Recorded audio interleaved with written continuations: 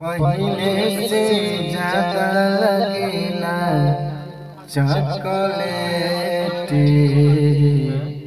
हर दुए महीना में बनल बापेटी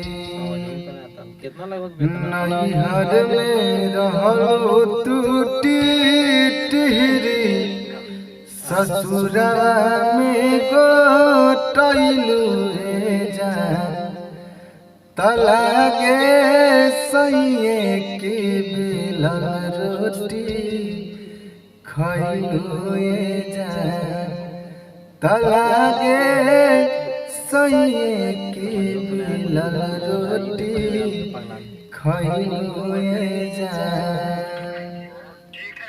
पहले से ज्यादा लगेला चॉकलेटी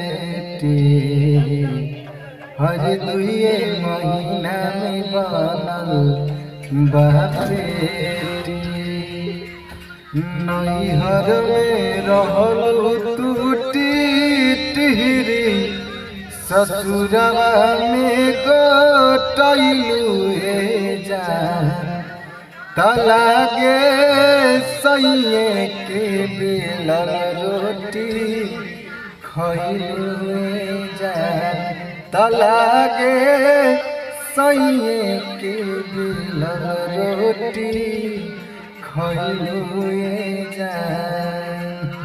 हेलो नमस्कार दोस्तों, आप लोग कैसे हैं? उम्मीद करते हैं कि आप लोग बहुत अच्छे होंगे। कैसा लगा मेरा गाना सुनकर? अच्छा लगा तो लाइक कीजिएगा और चैनल को भी सब्सक्राइब कीजिएगा। Thank you.